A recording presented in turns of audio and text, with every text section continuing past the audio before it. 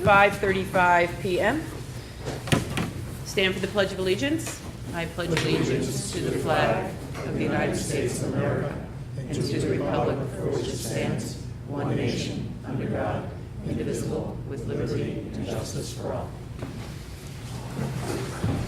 Thank you all for coming out. We're all going to get to know each other really well in the next 4 or 5 weeks if we don't know each other well already. How's that sound? Any additions or deletions to the agenda? The only slight addition would be there is a set of non-public minutes from the January 3rd meeting. If you would like to approve those, or you can, I know people can, you can table those and do them next meeting. It doesn't matter. That would be the only addition. Excellent. I would entertain a motion to approve the minutes of the non-public meeting, unless you both would like to wait until next week. No, I can do that. All right, I'll entertain a motion then. So moved. Sure, second. All in favor? Aye. Any opposed? Motion carries. And you have the regular minutes too. Yep, and I'll take a motion to approve the minutes of the regular board meeting held on January 3rd, 2019. So moved. Second. Any further discussion? All in favor? Aye. Any opposed? Motion carries. At this point, we've reached the first section of public comment. If you have anything you'd like to provide in terms of input for the board at this time, if you'd just please step up to the microphone, lean in, and give us your name and provide us your comment, and we'll have another chance toward the end. I'll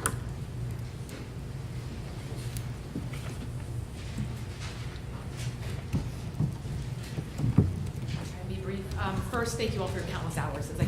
As I came here tonight, I realized the countless hours that go into this. So, thank you all.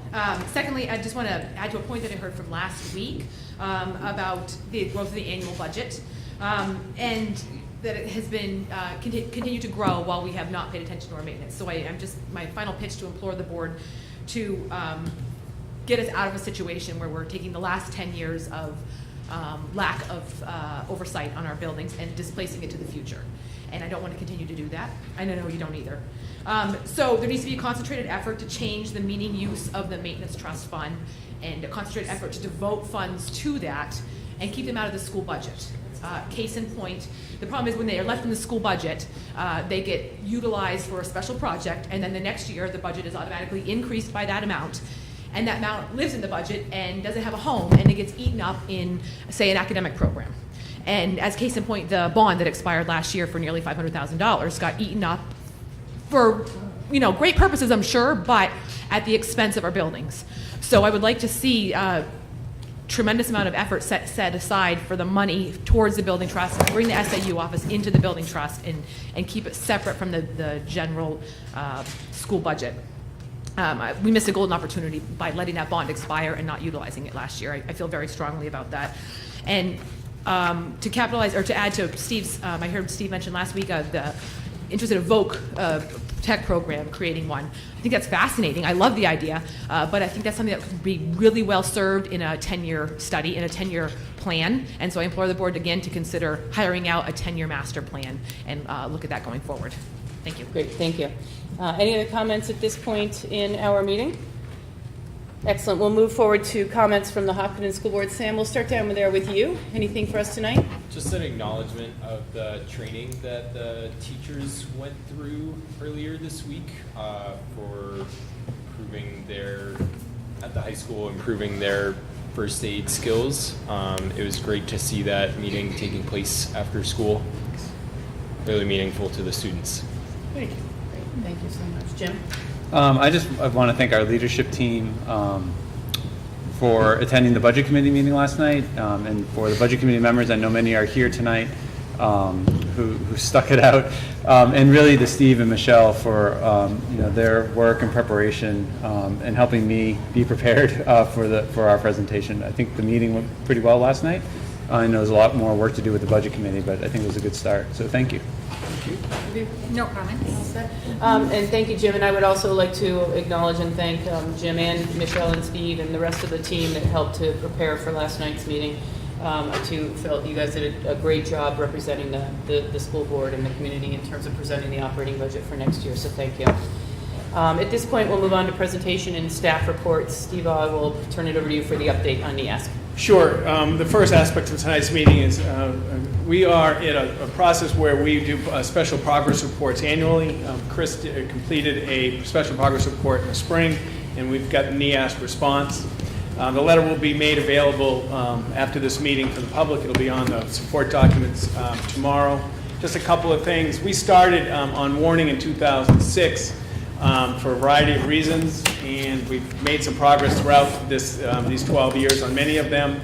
The facility issue was taken up in 2009. Dr. Ayers led a movement we hired the Marinese firm to restructure our schools back then, and the board and the community was pretty definitive on had to wait until the bond came off. They weren't really in the capacity to go bond on top.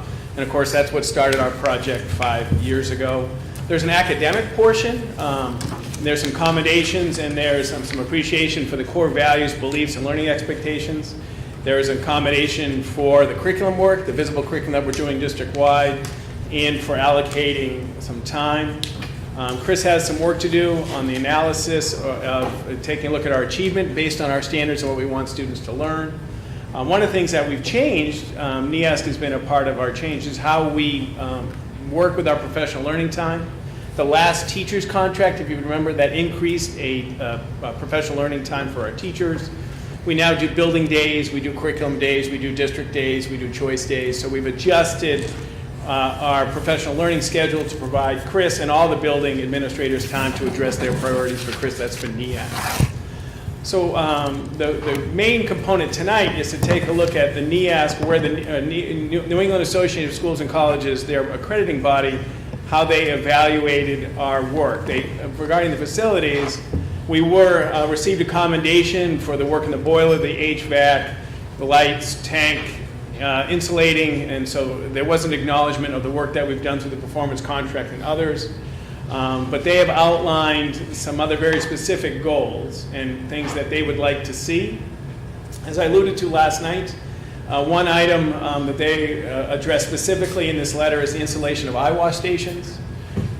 Security of the main entrance, that has been addressed. We are buzzing in people, so I feel good about that progress. Handicap accessibility, in the phase 1 that we're going to talk about soon, that does address some of the accessibility issues. For example, it will be an FM amplification system throughout the entire building, allowing all students, but certainly students with hearing or processing, audio processing issues to be improved. The next one is the big one, is access to elevator impacting the function of the media center. That's the elevator. That is not addressed in what I've proffered or posited as phase 1. That would be a phase 2. The locker room monitoring overcrowding access, Chris believes he has addressed that with a new procedure, so he'll make sure he informs NEASC of that. And the other piece, which we certainly, and all of these were addressed very specifically in the $29 million that Jay and I and the committee worked on, secure delivery paths. There was a significant effort in the first iteration to address that. I would say our improvements of buzzing people in make some impact, but it is still a little bit, I don't know, it's not all the way there. So what you're going to hear tonight, about some phase 1, what's in it, what's out, phase 2, and things like that. But I would say we've made significant, the installation of eye wash would certainly be done in the science lab renovation. Security is done. Some of accessibility is done in phase 1. Access to elevator, no. Locker room monitoring, we think we've done that. And I would say some of the delivery paths. So that is my assessment of the NEASC evaluation of Chris's special progress report. They are also requiring a special progress report right after the March meeting in April. So I want that to keep in mind. And also, when you see there is a substantive change policy, when we sign up for the New England Association of Schools and Colleges, if there is a substantive change, we are mandatory reporters to NEASC by joining that organization. And if you looked at that, that was the final page. And one of the areas that we would have to report is if there is a substantial influx of enrollment, increase of enrollment that is not addressed through staffing. So, for example, if we did have another 150 students and we didn't add any teachers, that would be a report to NEASC, and that would factor into their accreditation. If we got rid of a guidance counselor, automatic reporting, reduced library media, that stuff. So that's where we are on NEASC. I feel good about where we are. I think we already made some more improvements since Chris's report in the spring, and we'll be looking forward to the results of whatever happens through this process going through March. But I think we are on the right direction for maintaining or getting off warning. The next step would be probation. And remember that when George Edwards came and spoke to us last year, the major difference between warning and probation is public. Warning is never on the NEASC website, but probation would be. And then after probation comes removing, and I believe there's only been 2 secondary schools in New Hampshire that's lost accreditation, something like that. But so that's an update where we are on the NEASC, and certainly as we go into the discussion, if the board keeps that in mind, that'd be great. Any questions for Steve on the NEASC letter report? All set? Yep. And thank you, you gave a nice Sure. explanation And it last will week, be too, so- available tomorrow. Okay, great, thank you. Next, we have items for board discussion, and I just want to sort of preface the discussion before I turn it over to Steve again. I want to thank Jay for being here again tonight. Last week, the board made the decision to address the facilities portion of our work tonight instead of doing both the operating budget and the facilities in one evening, since the operating budget was a fairly lengthy process as well. So I want to thank you all for coming out again. This is not a regularly scheduled meeting, so I appreciate you all making the effort to come out tonight to hear what kind of where we are with the facilities and listen to the board's discussion around where we're going to go from here with it, and also preface that with the fact that tonight's meeting, the purpose and intent of tonight's meeting really is to determine what to send to a bond hearing. So there is sort of a two-fold or two-pronged purpose of this meeting, but this board here tonight will not be creating the warrant article tonight. We'll merely be deciding what is going to go to the bond hearing for the public to be able to hear and respond and provide input to before the warrant is created. So I just want to make sure that's clear and out on the table before we get started. Thank you, Steve, and I'll turn it over to you to go from here. Sure. So my goal in all the information provided is I hope it helps the board make decisions through this process. I wanted to dig in a little bit on portable classrooms to make sure the board had the information on portables. This goes back to really the unpacking I did the second meeting in November where we met at Harold Martin and we talked about the Harold Martin School and the overcrowding. So there's 2 things that affect classroom space to me. One is program and one is increased enrollment. And Bill and I spent a lot of time talking about how the programmatic growth in the last 8, 10, 12 years has impacted the space issues at Harold. One of the major programs that changed that impacted space issue obviously is full-day kindergarten. So for many years, 2 classrooms contained 4 kindergartens. And when we went to full day, now kindergarten requires 4 classrooms. That's a net increase of 2. Would we ever see a 5? It would be rare. In Bill and my time together, we've never seen a 5. So by adding full-day kindergarten, that put pressure on the site. The next piece is we've also added numeracy. An emphasis years ago, we added a point of emphasis to take a look at numeracy, almost equal to literacy. That requires inclusion in being in classrooms, but also some small design space. What Bill has led at our school is an intervention approach. That program change put pressures on having small groups. It's called What I Need Time, Win Time, where we, based on formative assessment, we meet the needs and we intervene on kids at certain areas. That requires a different space. So kids aren't in one classroom all day long. We have intervention. And then it's something that I've spoken about with the board. We now need space to deliberately and purposefully teach behavior. And all those really have happened in the last 10 years. Full day, numeracy, intervention space, and behavior space. So regardless of enrollment, our program has impacted the space needs at that school. So the next piece is enrollment. And I did put in the projections in the memo, just taking a look in where we are. Bill and I already started. Christine, I think we're at 29 students that we know about registered for kindergarten next year. In January, the ad's going in the paper. And Bill and I will have our office pool on who's right for the number of kindergartens that we do typically. But what I explained at Harold, what I tried to explain at Harold, and what was a big focus of the facility steering committee, was when we build out the schools, we wanted to build for 4 sections. for a lot of the time, we were looking at building a 3-4-3-4, but this was Tim Stokes' real passion. He said, after a building project, you don't want to be caught short. I think Jay and I both said if we did a building project and brought in portables 2 years later, we wouldn't be around very long. So we're looking to build for 4K, 4.1, 4.2, 4.3.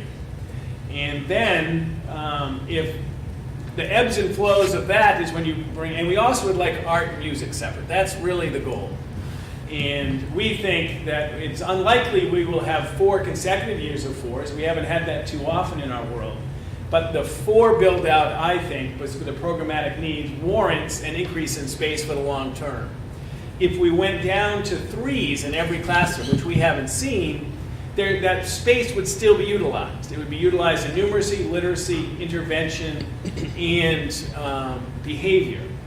But I also want, and if I haven't emphasized this little component enough, I apologize, but in our plan is to renovate the HMS office space, take 500 square feet of a classroom, turn that classroom, it used to be Dodd Blanchard's forever. Terry Grady's. So Terry Grady's classroom would be moved off the classroom, but that would be now an intervention space. So it would be half office and half intervention space. So the 4 classroom addition is net 3. So when you take into account full day kindergarten, you're talking about 1 additional classroom space. So certainly if there's uncertainty about the long-term need for a $3.3 million classroom addition, portables meets the temporary need. But I've hoped I've explained to you just the facts about a long-term need for increased classroom space based on program and based on enrollment. The other piece, and Jay and I had a discussion this week, something to factor in. I think there's only physical plant space without disrupting too much for a set of a pair of portables. Where would it go? It would probably go in the alcove between the old art room and the office. That's where we have a nice garden. That's where we have nice trees. Not sure about any other place. The price is about $160,000, $170,000, and then it costs about. We had a district recently spend $60,000 to do the connection, and then I added $15,000 for the pad. So you're looking at about a $245,000 all-in cost for a pair of new portables and the connection fees. Then just remember, if we put portables in for 5 years and enrollment either increases or it is still proven to be necessary long term, a $3.3 million project either goes up by 5% or 10% a year. That's $165,000 to $330,000. So I also want the board, as they start thinking about what bonds and what contingencies of pieces, when you wait, there's a cost to that is not immaterial. So 5 years from now, if it goes up 10% a year, 5 years times $330,000 is $1.5 million. So you're talking about a $5 million project build as opposed to 3.3. So there's some cost there. As your superintendent, based on the programmatic changes Bill has led, and based on where we are in projections and enrollment, I'm pretty secure in saying that long-term space is needed. Is this the right time? Can you afford it? I certainly yield to the board's judgment there. But those are the implications of portable classrooms compared to permanent currently. And I hope I've unpacked it a little bit and given you something to think about as we move forward through the bond hearing process. Does that help? Can I ask a question? Sure. On the portables? Any of the conversations that you've had, is there a resale value for a portable? So if you purchased one at $170,000 and you use it for a few years, is there a secondary market? A great question. Michelle put out a listserv, and we just had one little nibble that we might have an opportunity to look at a used portable. To be honest, 10 years ago, my first year as superintendent, I put together a wonderful presentation on portables at Hopkinton Middle and High School. Back then, you could have it for the price of moving it. People wanted off their site so much, and it usually costs significant money to move, like $100,000 to move it. So typically people want them gone so much that if you pay for the move, you get it for nothing. Then you got to worry about just lifespan. I don't know if anybody was following the scorecard back then. I went all the way to Vermont. Took pictures, did a wonderful thing, and the snow load in New Hampshire code is different than the snow load in Vermont. So luckily I didn't have it on campus when we found that out before we moved it. So there usually is not a lot of residual value, but there is if you can get out of here, get it off here, we like that. Thank you. But Michelle and I will be talking to that district, and obviously this is all tentative because they can only replace it if they get a bond pass. You know what I mean? If bonds don't pass, then they're going to need them. So that's what I said. If we get a bond passed in March, we may be able to give up a portable, and that might be even a year out because it's not like the day the bond passes you can move, get rid of it. But we will have more information on that. The more secure of where we're going now is I think the 245 price range. Steve, can you just talk a little bit about sort of the non-tangible effects of being taught in a portable, and if services to kids are affected, or if you have days like today where it's freezing snow and icy, moving kids back and forth, those might need additional services that can't be done in the portable? Sure, a great question. One thing I do know that some of my compatriots have used this hardening of schools as an issue to advocate for the replacement of portables. We did put $400,000 in the hardening of our schools, and certainly our brick and mortar provided more safety than the portables. I have heard though from people that some teachers like teaching in portables. They're away from all the crowd and all the noise, and they get to do their own thing. Sometimes administrators in winter don't go visit schools and teachers in portables. They like the isolation. In the spring, people know it when I've talked about, I love courtyards. I love the fact that that kids could go outside often even between classes, so there's some tangible benefits. To me, I think a portable, if it's a high quality portable, can be a good educational space, but it is only temporary after years of wear and tear. But it was a colleague of mine in the Oyster River School District that he made a very passionate plea to his board that it's time to remove portables and secure. And that's what they did. So I'm not anti-portable. I'm really not. It serves a purpose. I just would like, we want to make sure we are fiduciary responsibility long term, and I worry about cost escalation of anything else. But I can't look you in the eye and say that our teachers could not teach very well in portable classrooms. I taught didn't teach in a portable classroom, but a building away from campus, and I was one of the teachers who enjoyed the isolation of being away from everybody else. Does that help to give you something to think about as we get forward? Okay. I want to talk a little bit about what Liz prefaced this, and my appreciation. I've met with Renelle Lahoulier, who's bond counsel. Today I went through everything with Neil Cass. Neil has experience of going through the bond process much more than me. And today I spoke with school attorney Ed Kaplan about this process. So and Michelle has been a great asset to helping me understand this process. So as what Liz introduced, so tonight, my hope is an outcome is to have board action to what to warn, and the language is to warn means put out to tell people that we're going to have a bond hearing. And a couple of things about that. So the only bonds that can be brought, the only configuration or description of a bond that can be brought to March is one that has been warned. So tonight, and we're looking at, and the posting requirements are 7 days newspaper, so that's not 24 hours, let's just have, so it's a very deliberate posting that we reviewed with Renelle. So tonight, it's what any combination or permutation of bond that you would like the public to provide input, because anything you don't warn, you either have to have another bond hearing, which is timing, or it doesn't go to March. So a couple other things. At the meeting in March, the bond counsel helps us write the article, and the purpose is very important. You can amend an article as long as the purpose is clear. And I talked to Ed this morning.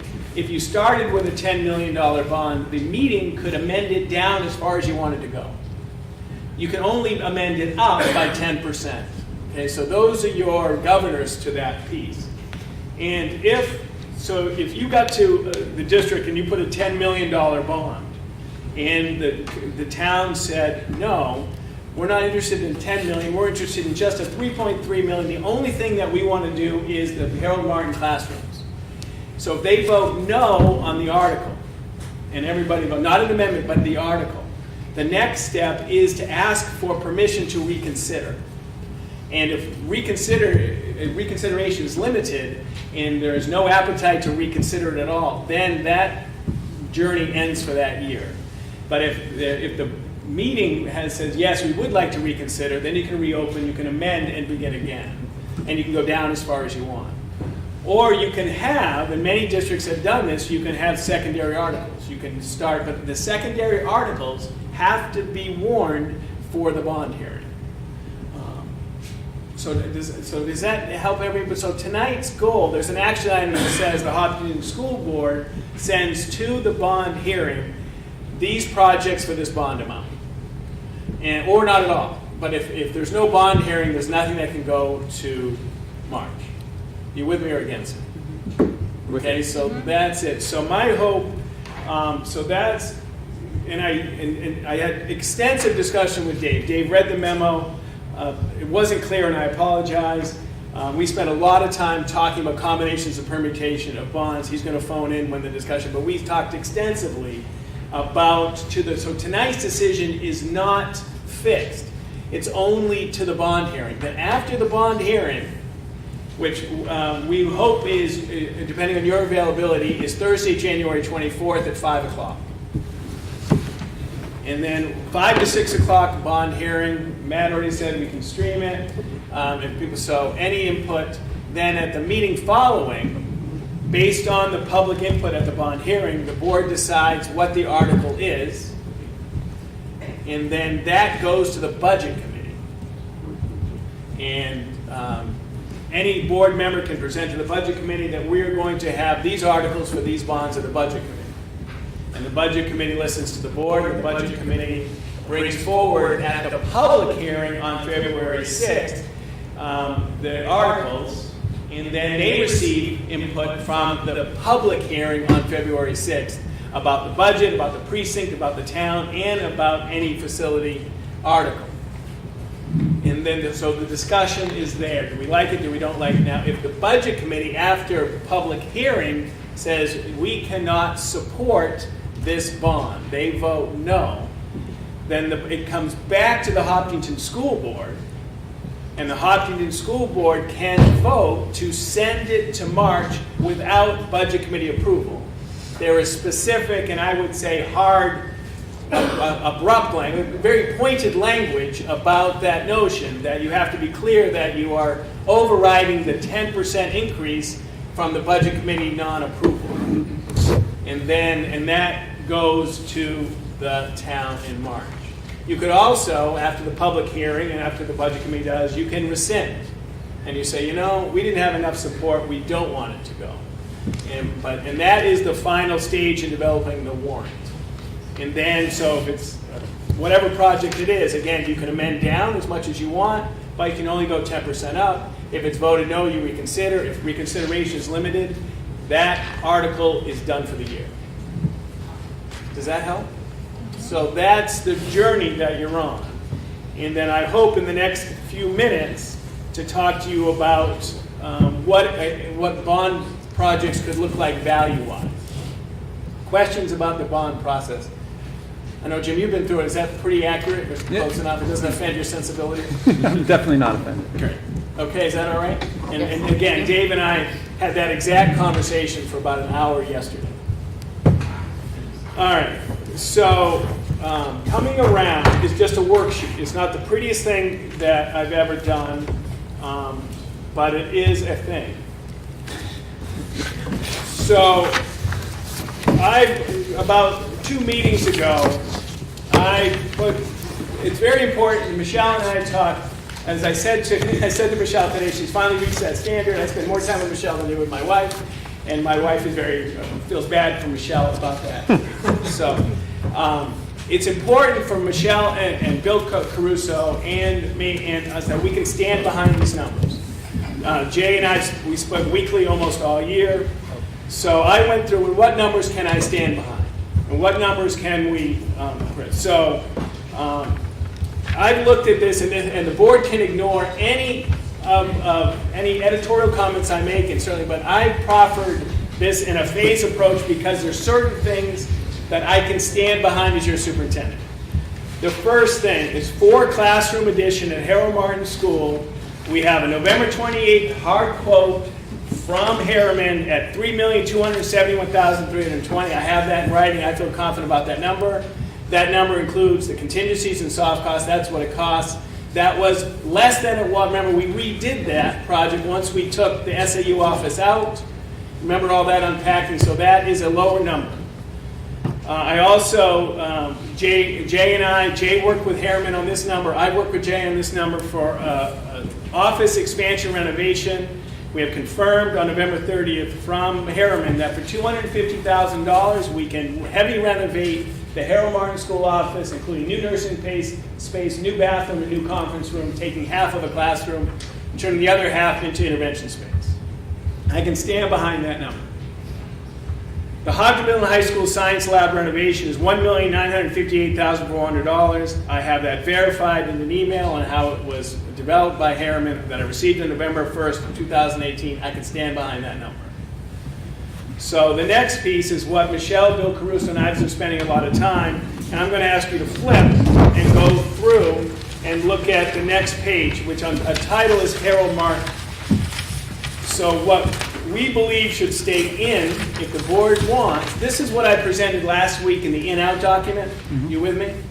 And so in, under deferred maintenance, is roofing, carpeting, air handling, dishwasher, electrical panels, fire alarm, data drops.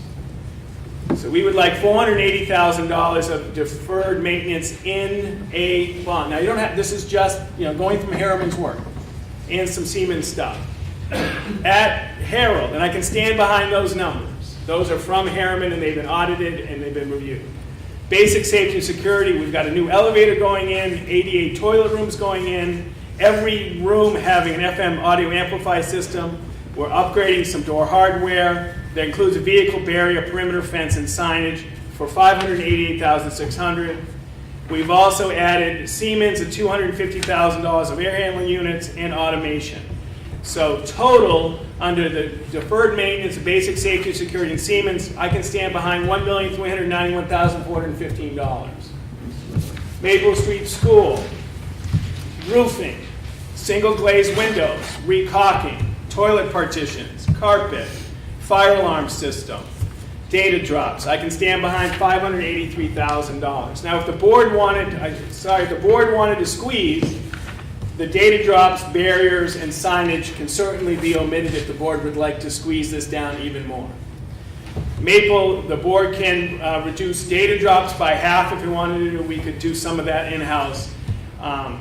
For basic safety and security accessibility, we've got a replacement of the lift, 88 toilet rooms, FM systems throughout the district, door hardware, vehicular barrier, and signage. I can stand behind $962,800. High school. Deferred maintenance, we're going to roof, we're going to change some hardware, we're going to do some windows, we're going to replace floor finishes, we're going to work on showers in the locker rooms. And that, Nias did reference locker rooms. We've got the service entrance and we've got wireless drops there. I can stand behind $1.1 million. Basic safety and security and accessibility. That's some elevator access of $48,000, toilet room renovations $350,000, audio amp system for $41,000, door hardware $108,000, vehicular barrier and signage for $582,000, and we're adding a heat recovery unit above the gym. That is a priority. I can stand behind $1.7 million. So if you go back to the front, so what I did, and I alluded to this, and Michelle and I talked to Jay, when we took out anything that we felt wasn't absolutely necessary, when we took that out, Jay termed, if it was okay, the horse trading, right? If something comes up more, we cut this out. We certainly squeeze that out. I added a 5% on deferred maintenance and 5% on basic safety and security contingency. And so that goes to $2.6 million of deferred maintenance total, $1.6 million for basic safety and security. So if you were all in on phase one, targeted comprehensive, it's a $9,796,692 project. How you could reduce it? You could take out the 5% contingency and say, no, we're going to horse trade more. How you could reduce it is take away signage, take away vehicular barriers, and reduce your data drops, and you could squeeze that even further. So how does this go into the bond or the bond hearing? Well, one of the things you could do is, I want to know what the community thinks about a $9.8 or exact $9.8 million bond. Is that too little? Is that too much? Is that just right? You know, you could say maybe the only thing we can do right now is Harold Martin. That could be, for the bond hearing, $3.2 million.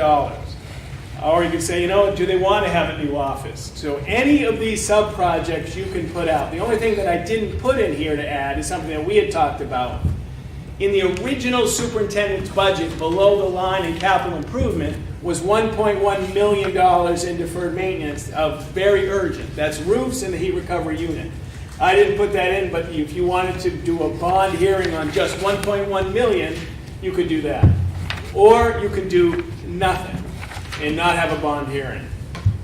I know Jay's checking my numbers, so I'm going to lose my breath if I mess this up. But I did the best so this is phase one, broken out, exactly what gets done in deferred maintenance, exactly what gets done in basic safety and security, and hard numbers on classrooms and science. From the unpacking process, sixth grade moving out, and the comprehensive change in entrance, right, are not part of phase one. Quickly, I can slide in, why aren't we going with, for one thing I did take out, are the sprinklers at Harold Martin. They were in last week for 207. Why? I can't stand behind that number today. One thing that I had to discuss, one of the historians at Harold Martin School is Betsy Wilder. I sat next to Betsy this week at a meeting and said, hey, I heard there was a well at Harold Martin School. Steve, there's a well, there's a great well at Harold. Steve, it was so much water we had to cap it. And I talked, so I called Jay. Jay, what do you think? And Jay, well, you still have to do stuff, but you know, I've had this thing run a hose and just spray everything. But I think it's worth exploring. With that knowledge, if Harriman comes in or someone comes in and says, is it cheaper to run a sprinkler system from the town water system simply for a one-purpose well with a pump house? I don't know. So I can't stand behind right now a number for the sprinkler system. What about accessibility? The full accessibility, new office, library, classroom, all that piece. Again, and Jay worked with Harriman. Right now, neither of us are comfortable in putting that number out with a specific and deliberate charge to a design firm to describe it and have them do it. So I'm not comfortable there. And the other piece that really is a dream, and I believe it's what's best for kids, and I believe it meets the needs of local, and I'm sorry it came late to the party, but it still came to the party, is this notion to develop a regional technical program on campus to improve trades and improve and leverage public-private property partnerships. If the board was interested, I could commit to you by September 15th. I would have a full explanation of the CRTC program with Steve Rothenberg, the Concord School Board, a trades analysis of what would be the most need and how we create this with Perkins Grant and public-private partnerships. I can't get that done in March. If there was an appetite for pursuing those three in a phase two, my hope would be by March of 2020, I could look in the eye and stand behind those numbers. But right now, I can only stand behind the phase one proposals. Is that fair? Yeah. Yes. I have a question or two. Three. Or three. Selecting out, which obviously seem lower priority, the signage, the vehicle barriers, and the data drops. Are those all items that done at a later date? We may not see much of a cost increase, or we don't know. And what, can you just explain the vehicle barriers, what this is going to look like, My assumption would be it would be very similar to the bollards that you would see any place where pedestrians and vehicles might have a chance to interact. Okay. For example, out front here, you know, if a car was coming around the corner, came over the curb, it could come to a place where there would be pedestrians. So my understanding of that number relates to the placement of vehicle barriers like bollard style just to protection. have clearer pedestrian pathways, really, or protection to pedestrian More protection. pathways? But More not protection. barriers to the entrance to the school, sort of funneling. No. Okay. My understanding was it was to keep the vehicles and the pedestrians separate. Okay. And then signage, is that just replacing all the signs? Pretty much. That was a little bit murky as far as what was involved, but it would, in any bigger project, signage and wayfinding is a pretty big part of it, so it's generally included into a comprehensive Okay. plan. But there's a number of different ways you can do it. You may not need that dollar figure. I think it was $64K. There's certainly less expensive ways to do it. And I think when a lot of it has to do with the way that the project's designed, about how when we're down to this level of detail, I think it's pretty clear we could probably get by with a lot less signage. But when we were looking at the bigger project, that figured in a lot because it was a fairly major configuration change. A lot of things were changing. So signage, it isn't inexpensive, and we wanted to account for it. So that was that line item there. Okay. And the data drops, would these be utilized if installed now, or this is for future need?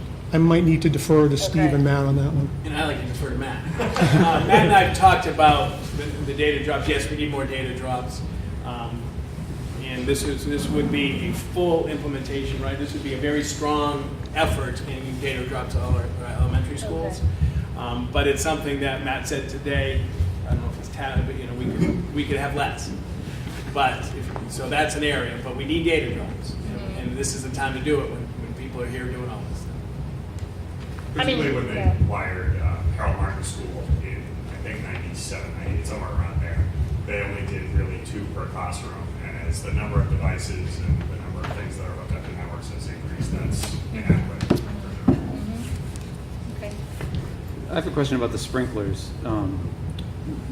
So I guess there's a couple questions in my mind. So one is we've been given quite a range of cost from the 207 to $1.7 million for what it would cost for this type. And so I guess my question, so other than the fact that we should have sprinklers in schools, like well, we should have that. Are we under obligation to have it? So if we do a 4 classroom addition, is it obligation because we're doing that addition to have sprinklers in there? Chief Yale said that if we're adding less than 12,000 square feet, it is not an obligation, it's a choice. Mm-hmm. Years ago, our fire department looked us in the eye and said, I'm most worried about roof access is the most dangerous place in the Hopkinton School District. The board put $28,000 in roof access. Now, Chief Yale looked me in the eye and said, my biggest fear in the Hopkins School District is sprinklers at Harold Martin School. So it is a priority how to do it. I wish I had a good number for you. I wish it was, our bid was 207, because we did apply for, based on that 207, a little bit of the grant was 207. Well, that was what The grant was, and then we had a price, but I can't look you in the eye and say it's going to be 207 when we have a bid at 1.7. So I'd like to dig in further and maybe even look at our own in-house well. And is that the cheapest way to do it? Michelle, I don't know, Jay, if you remember, we went to Alton. When we were doing an audit of other of design and engineering firms, we visited Alton because one of our vendors who bid on our project, and that's what happened to them, is they put in a sprinkler system, and then during the project, they didn't have enough pressure, and they had to do a cistern, they had to go back to their town. That's one of Jay's and our nightmare. I want to stand behind the number, and I want to learn from others, and I can't do that today. And how large the addition for the $3.2 million? What's the square footage? I'll have to check. I don't remember off the top of my head. 4 classrooms, typically, let's say it's, if it was a 1,000 square foot classroom, that's 4,000 square feet, and let's add another 2,000 for common area, it's 6,000. So it's less than the requirement that we would. Correct. I guess that maybe I should have asked. Yes, that. I'm very confident. It's well under 12,000 square feet. Jay, can I say that? It should be, yeah. Let me just double check. I've got it somewhere. Somewhere. You got a lot there. And then I guess this doesn't quite flow, but we have been talking about the other side of this, which is the maintenance trust. And so when I look through, I guess it's 2 questions wrapped into one. One maybe a statement. So when I look through this list, some of these items in terms of magnitude of costs are lower. Obviously, roofs are more expensive than a dishwasher exhaust hood. So I'm curious, as you looked at the $282,000 we currently have in the maintenance trust, and then we've talked about adding different amounts of money into the maintenance trust. Have you looked at how much of these lower cost items could be removed from a bond? Because I'd hate to bond $11,000 for a dishwasher hood. It could be moved into the maintenance trust, and then what does that do sort of to the longevity of the trust money? Sure. So what I did work on with Michelle and Bill was your charge. If we had $100,000, what would we do? And I did it with 2 scenarios. One of which is if everything that Heron puts into deferred money and that got bond, what's our next wave? And what if there is no bond? So one of the things that is the priority, and we've heard it from the community, and is the roofs and the heat recovery unit in high school. So that's 1.1 million. So somehow, if that would be the first original wave. If there is no bond in Harold Martin, the things that worry us the most are the alarm panels and the fire alarm electrical panel. So that's probably where we start there. We also know that if the deferred maintenance that I just described, in plus or minus or whatever you wanted to do, if most of that got in there, we'd be good. We would help us accumulate for the next few years. We could knock some stuff off. At Maple, if there is no bond, this is also, but roofs and the heat recovery unit are even before this. That's correct. Right. Yeah. So the next is fire alarm system. And this is Michelle and I often have spirited discussions about. We had this. So Steve, are you worried about an electrical fire, or are you worried about a fire alarm? Which do you? And I said, well, if electric fire goes, we don't have a fire alarm. We never know. It's too late. And it is what it is a Hobson's choice. We also, if there is the bond at Maple Street, and all the Maple Street stuff goes, we have some site work that is a priority that's been recently added to the CIP in the boiler room because we have issues there. We have a sewer line that has to be extended. We put significant money, but we have to do that. And we have a roofed RTU unit at Maple Street that we quickly run into our emptying the trust. At the high school, we have a rooftop unit I've already spoken to. We also have significant changes in our air conditioning charge there. But I also want to factor in, this is why it's such a hard thing, and I don't, that today, Michelle and I talked about significant investment in duct cleaning. We have an issue at Harold Martin School we finally figured out hot water, but that's a significant repiping. We still haven't got a bid on the fat pipe for the tank, and we're getting that very soon. And I think they started cathodic protection today, fixing that. I think I saw those guys today. We changed alarm vendors, and the audit from the new alarm vendor was quite alarming, and no pun intended, about getting back up to code. That's significant. That came recently. We have $20,000 worth of circulating pumps planned for the maintenance trust this year, and we have a piece of kitchen equipment, including we got noticed this week that the freezer at the high school may go, and that's a $25,000 hit. So all of this gets wrapped in. I hope I told some priorities. Yes, if we move stuff out, that reduces our ability to take care of big stuff. And we could, like today, would we have changed some of this into the cement based on our recent conversations?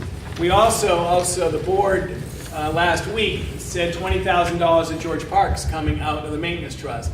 So based on ducts, hot water, George Park, fat pipe, alarm system, circulating pumps, and a freezer, we have just emptied around $100,000. And none of that is frivolous, none of that is lack of planning. That is a day in the life of the facilities in the Hopkinton School District. I'm very grateful, and so is Michelle, we have a maintenance trust, so I'm not coming to the board saying we're freezing the budget for maintenance. So what you bond allows us some capacity to take care of this. In the $100,000, lets us start chipping away at some of the air conditioning and some of the other stuff. And I don't know if I answered your question. I think you got there. Steve, can you just clarify, and I think I know the answer, but in the itemized list, these are not listed in any priority? Correct. I did not. This was based on Harriman's facility study, what we needed. We took out, since 200 ductwork we're okay on. We had the engineer look, and the number of trusses that were added for the floor, they're comfortable with it. So we took a lot out to get it down to 9.796. Remember, I added 5% contingency on both of these. Last night I talked about Michelle sleeping better. When I'm doing this math, and we want to tell this community we're going to do these projects, the 5% contingency helps me sleep better. But that's not your job. Your job is to do what's best. You don't mind. If you bond this with 5% contingency, but the cost comes in under, what happens? When the article will be for the improvement of, and then you can use if you want to take care of 2 more years worth of stuff, you can take care of 2 years worth of stuff. They once, and Michelle can correct me if I'm wrong, so once you get authorization at the bond. For 5 years, you have 5 years you have it. You don't have to borrow it. Oh, I didn't talk about that when I did bonds. So when you get authorization for 10 million, we don't take 10 million and start paying interest. If you want to do this year, you want to do $200,000 of deferred maintenance, that's all we're going to pay interest on for that 200. You have authorization to bond up, and there's something called a bond anticipation note that carries you to further financing. So did I answer your question? Yes. I can give you a break if you want, because it's 6,530 square feet for the Harold Martin School. Hey, I deserve a ding. I deserve a ding because I said 6,000. Thank you. So how does this fit into the action of tonight? If any of these inform your desire to get public, all it does is what public feedback you want. This doesn't commit you to an article in March. But if you don't, and there's no intended tone, but if the board decides not to do a 9.79669 to the bond hearing, then that cannot appear in March. I just want to be honest and clear about that. Did I overemphasize that? No, you've been clear. All right. Questions?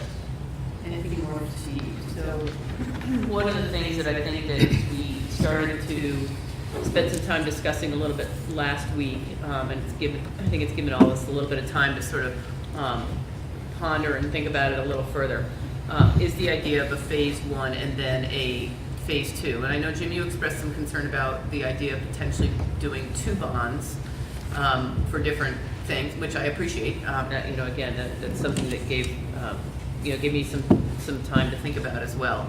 What that looks like, because I think that's really where we are. Is what would this look like for us if we were to configure things in a certain way.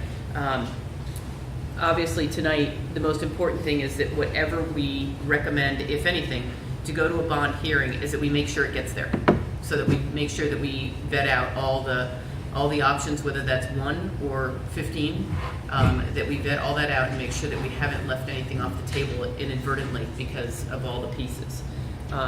So I think that, again, and Stephen J. and Michelle are here to help us sort of work through some of these pieces in terms of the numbers and what that means.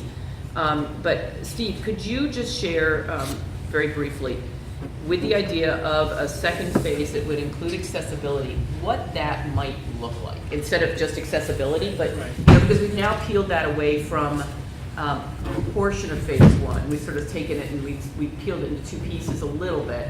But what would, in a little bit more, what would that phase 2 accessibility piece look like? The only thing I would say that the board could do a charge to the Student Services Accessibility Subcommittee, Eric Shepworth and Eric, Jay, I, Dave, we could get together, but to ask an engineer to be unencumbered by an entrance and be unencumbered by that piece, because the entrance piece is $8.2 million.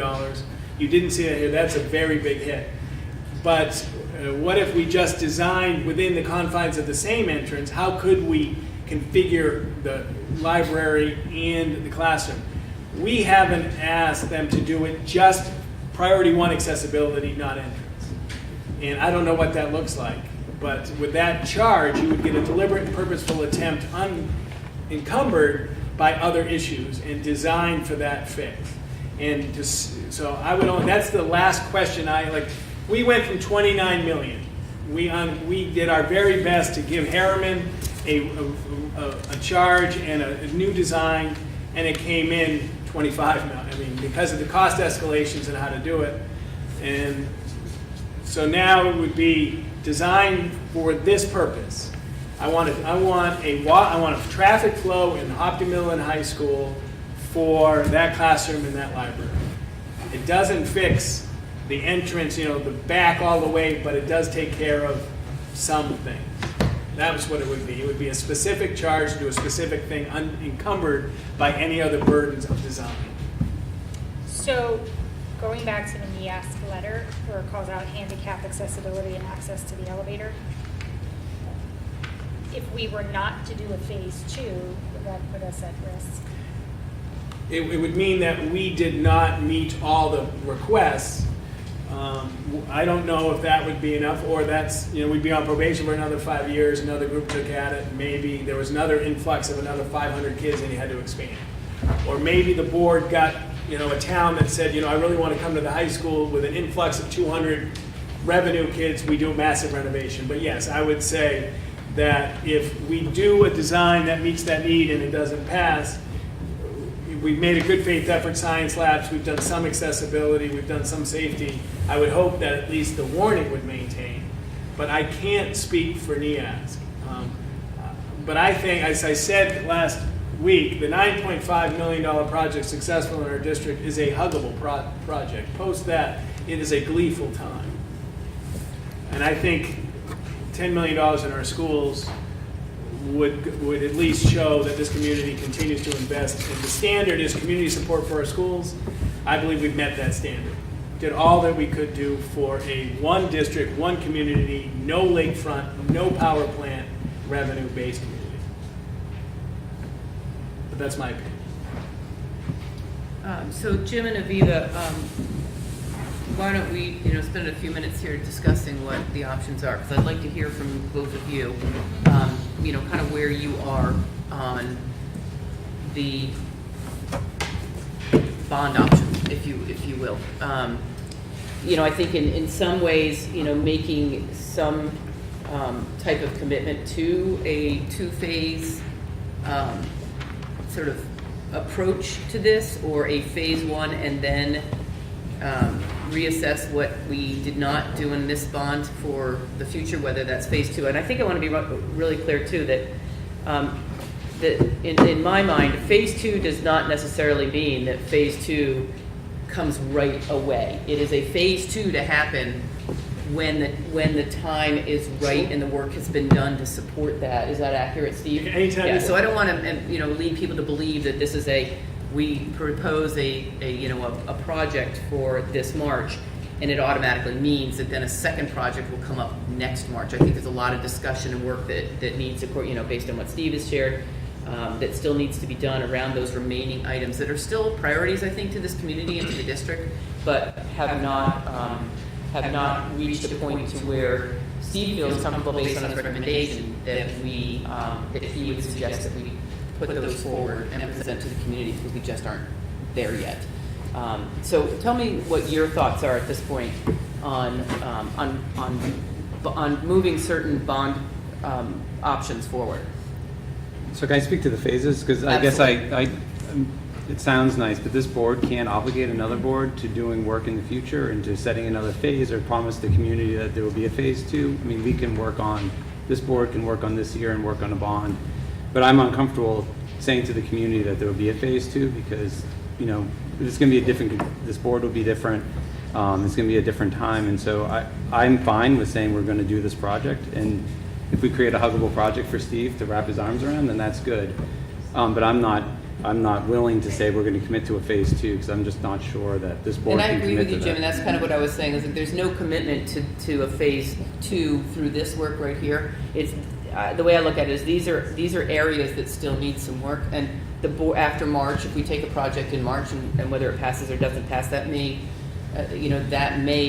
guide the work that comes afterward with the board that follows after that. So I think we're saying the same thing. We are, and I guess I just want to call this a phase 1 versus a phase Yep. 1 and 2. I would just say this is a project. Yeah, absolutely, and I feel the same way. Aviva, how about you? I agree with your comments. Thanks for clarifying. I think it's an important point. I am comfortable moving ahead with the project as presented, including the contingency, and putting that forward so we can bring that to a hearing and hear from the community. So, thank you, I appreciate that. And so if we look at phase 1 and what Steve has recommended as phase 1, at this time, certainly there are several options within phase 1.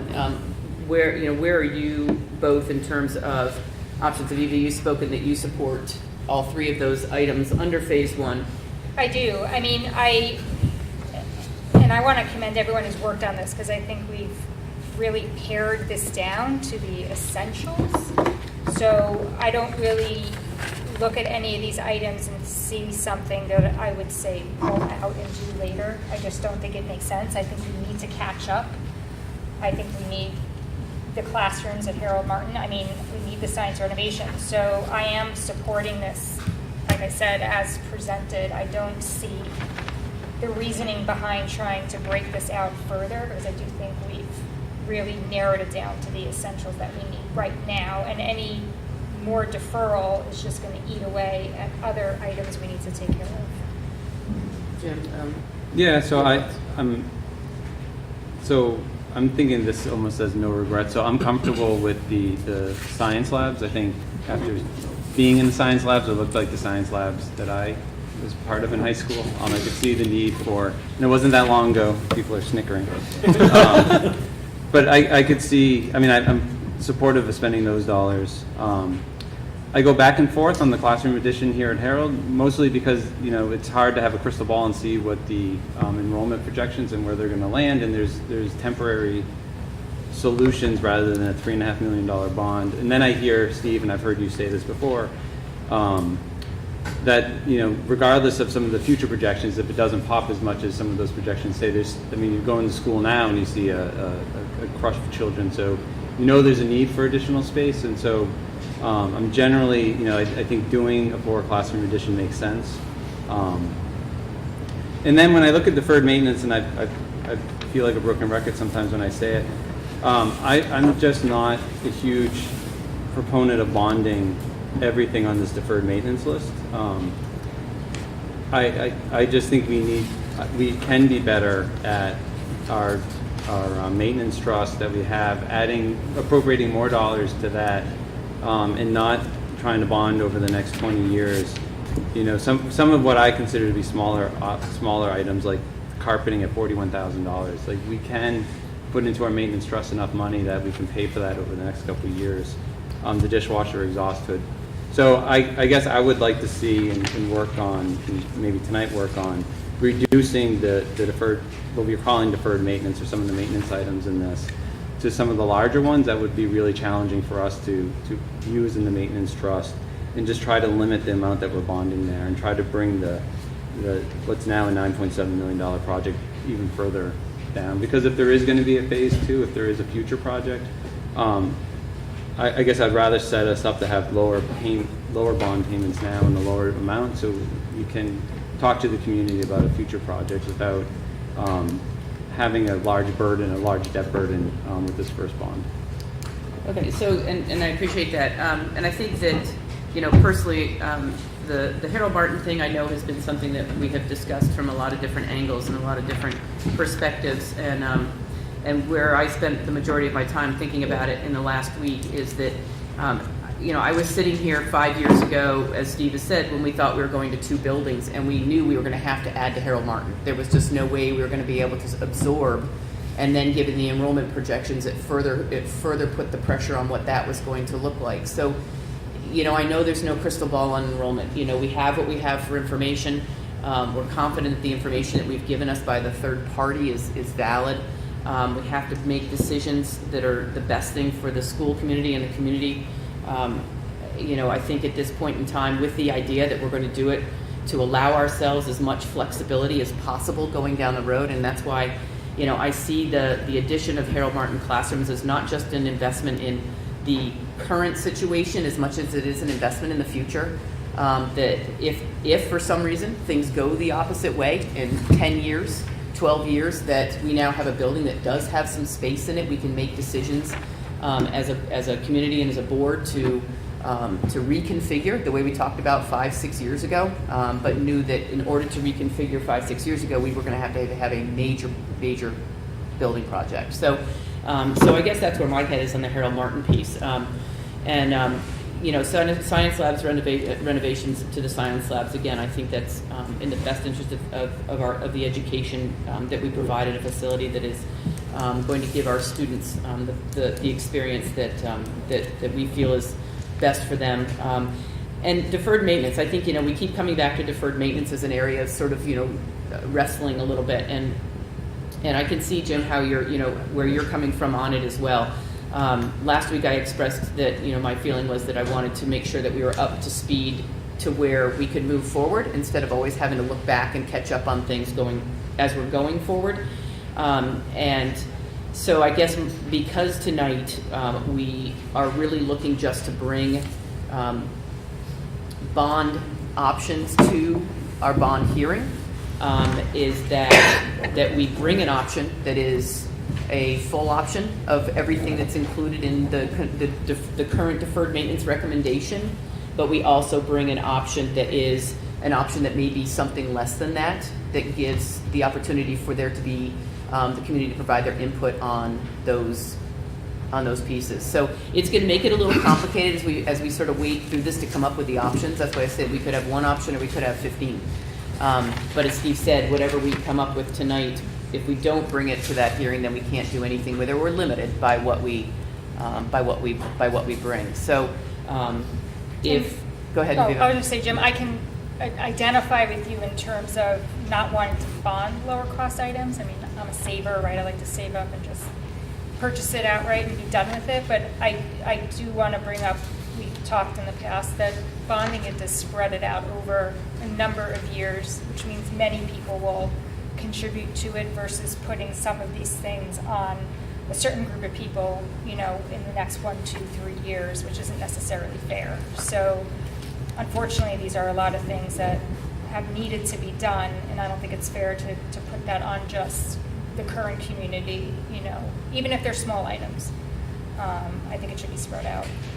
No, and I can appreciate that, and I guess the other thing that runs through my mind is just the trajectory of where our tax increases and where our taxes are for the school district. I mean, we're in the top 5, if not the top 3, across the state in terms of our tax rate. And so when we look at, what is a bond, if we move forward with a $10 million bond and it's $1 extra that we're going to be asking the community for each year for the next, time period, 15, 20 years.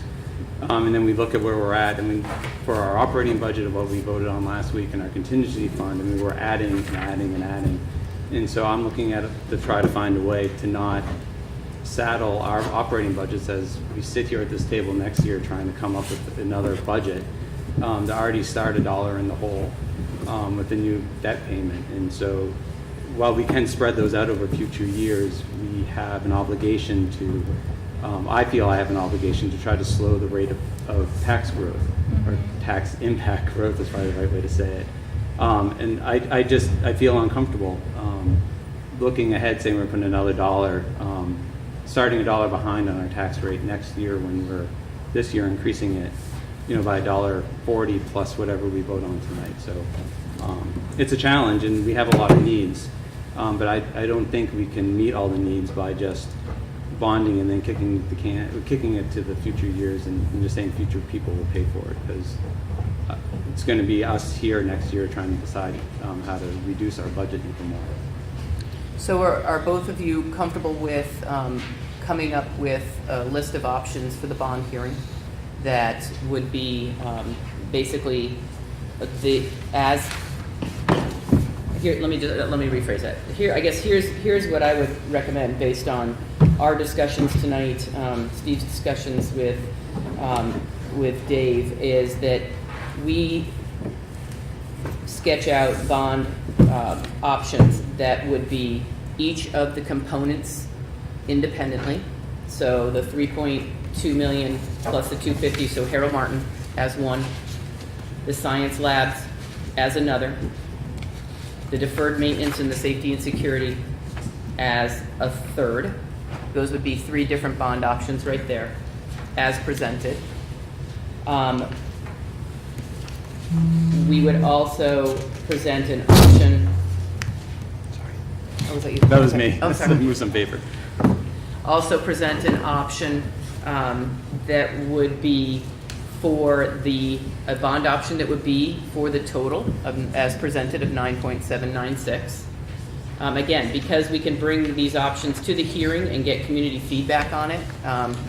And then what I guess I would recommend, Jim, based on your feedback, is looking for more input from the community as well, to give that opportunity, would be to present another fifth, I'm up to 5, option for the deferred maintenance and the safety and security that is a different number than what we've got for number 3. So I think that would be very confusing for It the is public. confusing. Yeah, I guess my suggestion, I appreciate trying to sort of thread a needle. I think it sounds like I may be one of 3, and so it may be that we move forward with a $9.76 million bond hearing with the components listed out, so the members of the public can view this and view what's made of that component. Because we don't have to vote on it, I can then have a proposal that I could bring either to that hearing or in our conversation following, that we can then discuss. But I think if we put too many options out, I'm not sure the public is served by that, especially if those options are made up of the components of one whole, if that makes sense. I think that makes sense. Yeah, I mean, I appreciate that. I think it's, in my view, it's important to put it out as presented so that we can really hear what the public feels about it as a whole and its subcomponents or any reductions versus not putting it out as a whole or confusing the situation with too many options. So yes. So one of the things that that we've essentially not included in this discussion, and we've received some community feedback on it, is the other large piece of the the initial project, and that's the $8 million entrance. So I just want to make sure that if we move forward with bond hearing options that are just related to what we're looking at with $9.4 million or $9.8 million, that we all understand that means that cannot come to that meeting in any way, shape, or form, despite any feedback we may receive. So I just want to make sure that we're all comfortable with that. I personally am comfortable with that, but I don't want to speak for the rest of you. And so I just want to make sure that if there is any, concern or maybe uncertainty about that piece, wanting to make sure we don't eliminate that without inadvertently sort of unintended consequences, that we are okay with that. Yeah. Okay. Yeah, I mean, as much as I would like to see that, I like to see the accessibility at the middle high school resolved. I just don't think the $8 million is the way to resolve it at this point. So, Great, thank you. If there is an appetite to take a deeper look at the deferred maintenance items, our schedule is to post the bond hearing on January 16th. That's 6 days from now. I don't know if the board wants to have another meeting. Jim, you said we were going to spend a lot of time together. We could sit down. If there was an appetite, we could go through and adjust, bring to the board an alternate scope of deferred maintenance items. I'm just throwing it out there. We have 6 days before we're going to vote. I'm just throwing it out.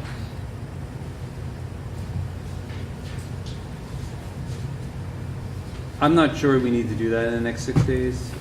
I think members of the public will do it. I'm sure the budget committee will do it. I know I'll do it. And so I think moving forward, it sounds like where the majority of the board is, and then we can, we'll be able to work on it in the meantime. So. Okay. So, Steve, do you want to provide any input at this point after our discussion and making sure that we're I think you guys speaking accurately, are clearly? great. You guys are doing great. So let me just clarify with you, because you rattle this off so well and my head spins on this stuff, is that if we take, so Jim, what you're suggesting is we just take, what you're recommending is that we just take $9.8 million in one bond hearing option.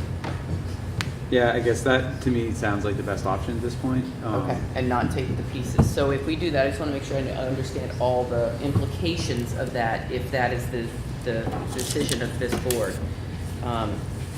That at the bond hearing, when that is presented, and of course presenting obviously all the pieces that go along with that and what that looks like, the action that can come out of that particular thing is the board can make the decision what to put on the warrant based on the feedback of the community and the board at that time. Correct. I don't know how, and I asked Renell, I didn't know how a different bond can go to the hearing, not as an action item of the board. Can you say that again, Steve? So, I mean, speaking with Renell, that the board decides what to bring to the bond hearing. So, and that's, and this is the last meeting of the board before, there's another meeting of the board after we post after we warn the bond. So, I don't know how you change the number going to March without having another number going to the bond hearing tonight. Okay, so what you're saying is that if we're going to make an adjustment to deferred maintenance, for instance, that we need to have that number prepared tonight to go to the bond hearing as that. If you want a different bond amount, what you can do is certainly work on this all the way up to March, and you can open it and say, I want to amend the bond down for $100,000. So at the bond hearing, we can't reduce the bond from 9.7 to 8.4. That's not possible. It's included in the bond I hearing. believe it's at the floor of the meeting, the school district meeting. Oh, But at the okay. bond hearing, I don't believe Renell, and I can certainly make a call and schedule a meeting with her. Renell said that every bond has to be warned and opened and closed. And whatever is warned for the meeting can be brought up in March. And, but when you get to the meeting, you can amend it down, all the way down to whatever you want. So I don't know how to do an $9.2 million bond that the board doing at the time. Gotcha. Okay. And this is when I talked with Neil, he was on the same page with me. But I misheard. Then I misheard you, and I apologize. No. This is talking with Renell, Neil, and Ed. But I've never. This is further than that from last year. We're talking about bonding. And so I'm happy to follow up on this. And if you want to meet and schedule another meeting as a board to send something different to the bond hearing, we can do that in 6 days. So let me ask one more question, Steve. If we warn, let's say, 5 options at the bond hearing, the board then can decide what goes on the warrant article. So let's say that we warn, because if we present 2 options for deferred maintenance, one at the recommended amount in the $9.8 million and then a different amount, and the board decides that they're going to configure a warrant article that's going to be different, we can still create a warrant article for the total, or do we have to have a warrant article for each of those pieces? No, you can. Can we still do a You can, as long as the public knows that you're going to meet on January 24th to discuss a possible bond of $8.1 million to take care of the Hopkinton Public Schools, then that's what you can talk about, and you can do that. If it's not warned on the notice in the newspaper, then I don't believe that it can go to March. Is that? I mean, I think that's what Renell said unequivocally. All right, so I'm going to sort of pop it back out there again to you guys. So do we want to commit to taking just one number to the bond hearing, or do we want to take more than one option to the bond hearing to be able to provide, to warn each of those pieces and then one for the total? I have a question for you. Shoot. So, given all this, I think we should bring 2 options, potentially more, but more than just the one. But my question is because you have this concern over the tax rate growth percent over this year to next. Where is that threshold? If you were to bring another option, what would it be if it's not the 9.7? It would be less than 9.7. If you're asking me what that dollar amount, I could have some time to work. It would be in the deferred maintenance line, and I'm not sure. I could try to run through something right now in a calculator, but it would be less on the deferred maintenance side, because I've already committed or said I'd commit to the classrooms in the high school lab. I guess in my I see where you're view, going. Yep. I don't see a see point backing into it. in doing the 3 separate ones that represented each category here, one for Harold Martin, one for the high school science, one for deferred maintenance, because I simply don't see that being a realistic option that would be chosen by the community. So I think if there is to be a second option, it should reflect something that the community might actually move on. Okay. So I'm going to toss an idea out, Jim, Let's hear it. for all of us to consider in the next 15 seconds. And that is that it sounds to me like we're all in agreement that sending one bond option of $9.8 million is the wish of us, at least one bond option of $9.8 million to the bond hearing.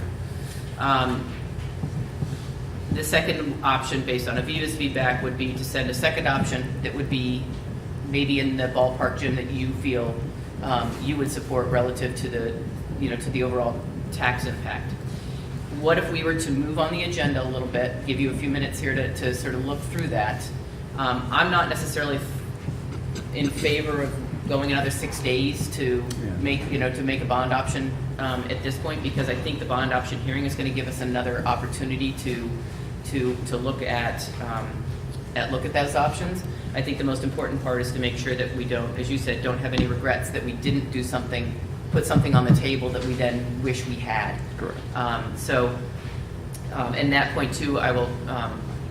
Dave wanted to come on for the last bit of the discussion, so because he was hopefully getting out of a meeting. So if that's okay with you, that would give you a little bit of time to ponder and think about what your thoughts are around that without putting too much pressure on.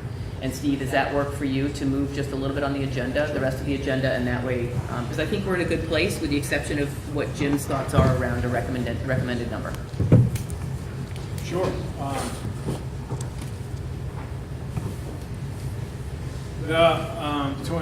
Phase 2 I covered. It's something I do want the board to start thinking about if the public information, how we're going to continue to have opportunities for tours and for understanding and just to work on that process between now and March 9th. I did cover the pieces of the maintenance trust. So, and I don't know if you want me to redo that, but that's the $100,000. If the board took $200,000 out of the bond, that would impact obviously our priorities in order of work on the maintenance trust. I do just want to reiterate that there are demands of the maintenance trust currently. So that 283 is already down because of cathodic protection, spill bucket will be down more, fat pipe, and so on. But I'll keep you posted at $20,000 at George Park.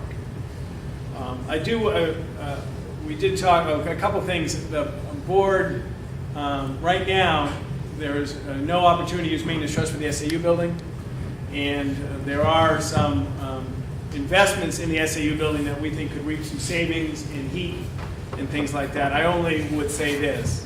Once the board decides to invest in the SAU office, I think we are committed to the SAU office long term, and how we could convert the SAU office into an acceptable office space with accessibility, workspace, and climate control. I have legitimate questions and spent significant amount of energy and time looking at other sites last year.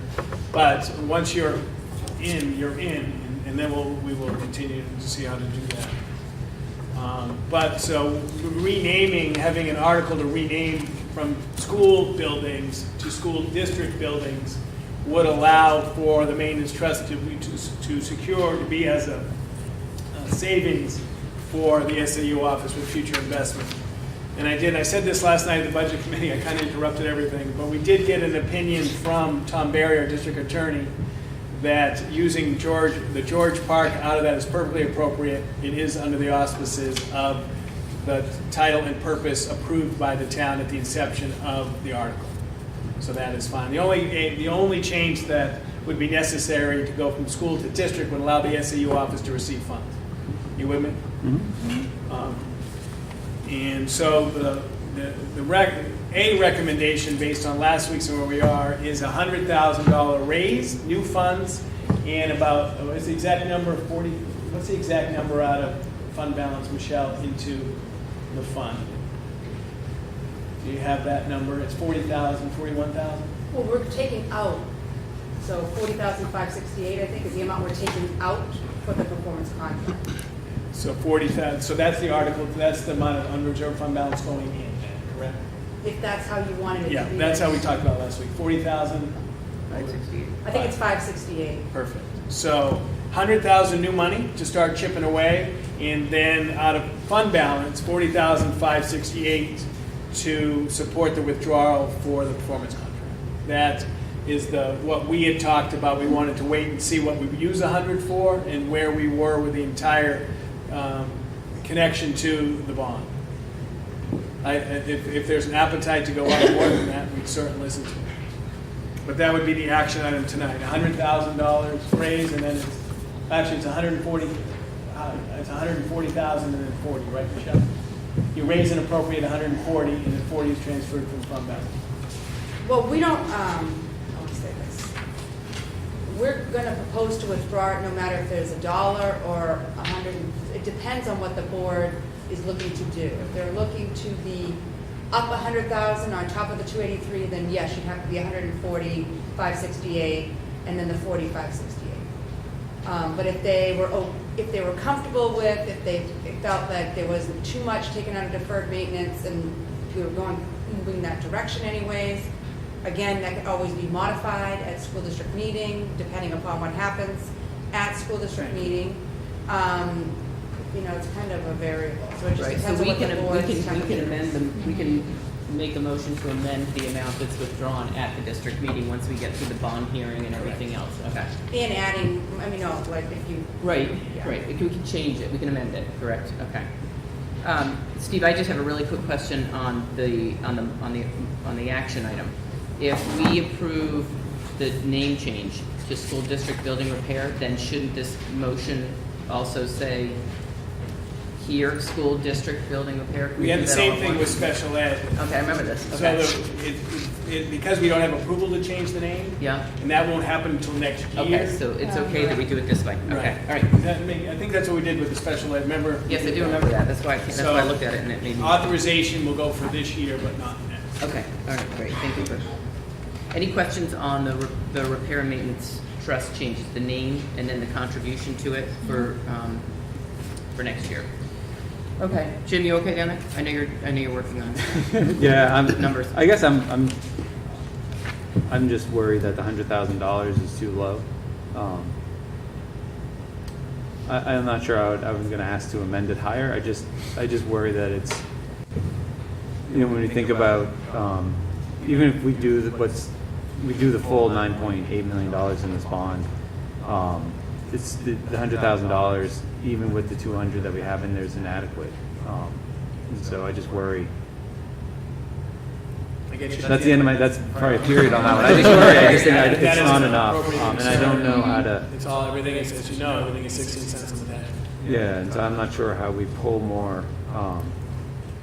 I just think for the future board, after this budget's over, having a long conversation, again, just going back to what's our rate of growth and where are we making investments, because the facilities are a priority, and we're hearing they are.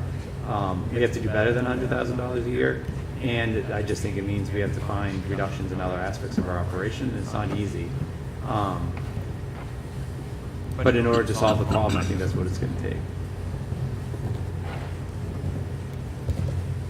Okay, thank you. Sure, and then the warrant, as I said, doesn't get finalized potentially until after the final warrant is after the public hearing, when the budget committee weighs in and the board responds to the budget committee one way or another. But I think it's one thing we know that bonds go first, and then I just would like the board to think about, is it budget next, contingency fund, HES contract, if that comes to fruition, vehicle, maintenance trust, and then vehicle trust. Last year, the order, the percentage of people who voted at the article for the contingency fund was significantly less than those who voted on the budget. Because there is an attrition to these meetings. And the board has put a significant amount in the contingency fund. And so I just would think about the order is not insignificant to people's lives. Jim and I had a Saturday morning conversation about what comes first, the chicken, the contingency fund, or the budget. just because, but I just want the board to think about that. We have a draft warrant that was included in the packet that can be changed. That was bond, budget, contingency, Hess, maintenance vehicle, I think. And if So the one in the packet is the one before we decided to change it earlier this week, We had before the contingency budget first? packet. That was mine. So the one in the budget packet is see, the latest and greatest. We changed that based on Jim's wisdom. So just think That about could it. be right. All right, so that's, the warrant has to be fully developed. And then I gave an opportunity to talk any more specific feedback about the debrief from the Hopkinton Budget Committee. Are there any other comments about that? We do have some homework that, today was a day spent getting ready for this meeting. And then tomorrow, Matt has started to work on some class size forming. But we were ready to have that. We were ready to have that connection to the programmatic budget. Michelle has already started adding percentages and clarifying some pages. So work has begun.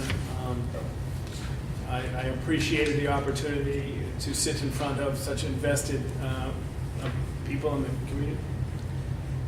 Steve, can I ask you a question that came up last night that I couldn't answer, that I know you can answer much better than I can? Which it has to do with the performance contract, $40,000 that's in the deferred maintenance account that's going to come out and then show as revenue in the operating budget. I think I got that right, but can you speak to that? Because Ken Trom, who's here in the audience, asked me the question and I fumbled my way through an answer that wasn't satisfactory to me.